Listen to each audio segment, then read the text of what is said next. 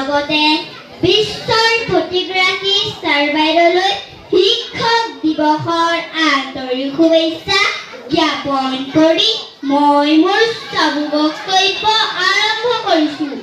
আজি এই পবিত্ৰ দিনটোত মোক দুষাৰ ক'বলৈ সুযোগ দিয়াৰ বাবে শিক্ষাগুৰুসকলক বহুত বহুত ধন্যবাদ জনাইছোঁ। আজি 5 ছেপ্টেম্বৰ আমি সকলোৱে জানো যে প্ৰতি বছৰে 5 ছেপ্টেম্বৰ তাৰিখে সমগ্ৰ ভাৰতবৰ্ষ শিক্ষক দিৱস হিচাপে পালন কৰা হয়। এই দিনটো শিক্ষকসকলৰ বাবে এটা গুৰুত্বপূৰ্ণ দিন।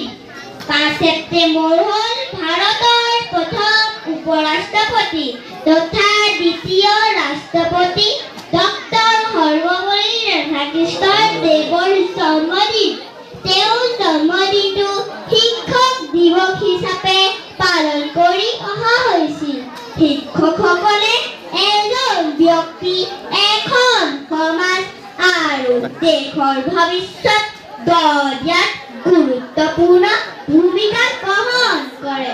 শিক্ষক হ'ল আমাৰ জীৱনৰ সেইজন ব্যক্তি যিজনে আমাক সদায় উৎসাহিত কৰে, ভুলবোৰ আঙুলিয়াই দিয়ে আৰু সাহসী হ'বলৈ শিকায়। গতিকে আমি সদায় আমাৰ শিক্ষাগুৰুসকলৰ কথা মানি চলিব লাগে আৰু সন্মান কৰিব লাগে। শেষত সকলোকে পুনৰবাৰ শিক্ষক দিৱসৰ বহুত বহুত শুভেচ্ছা জনাই মই মোৰ বক্তব্য সামৰণি মাৰিছোঁ। ধন্যবাদ।